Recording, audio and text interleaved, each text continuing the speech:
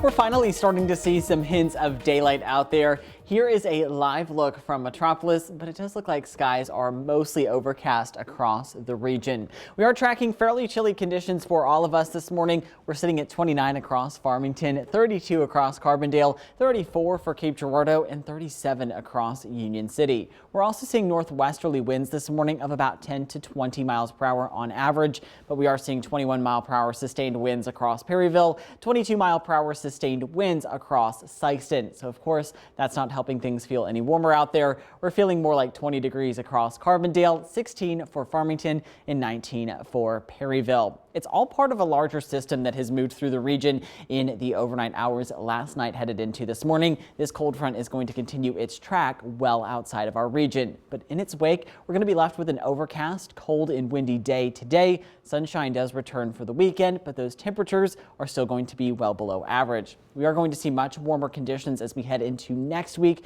as well as some increasing rain chances, especially around Christmas Day. Hour by hour today, we are tracking mostly cloudy skies through 8 a.m. We can't entirely rule out the potential for a few isolated snow flurries, mainly in our northern and eastern counties. However, that risk is fairly low. A lot of us will remain dry today. Overcast skies continue through most of the afternoon, but by 6 o'clock this evening, I do think a lot of us are going to start to see a little bit of clearing. Mostly clear skies are expected by midnight tonight, and as a high pressure system works its way into the region, I do suspect that a lot of us will be seeing mostly sunny skies all day tomorrow, other than maybe just a few clouds in our northern counties. Clear skies continue through Saturday evening, headed into early Sunday morning, and I do expect that we will see lots of sunshine as we go throughout the entire day on Sunday.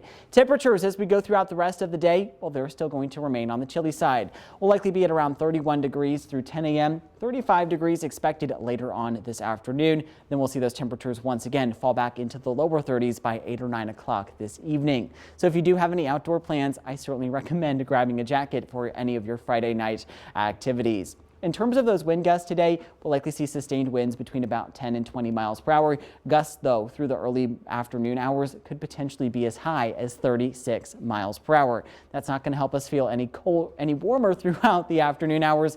We'll likely see wind chill values today only top out into the mid-20s. We'll see temperatures fall back into the mid-30s by 8 o'clock this evening.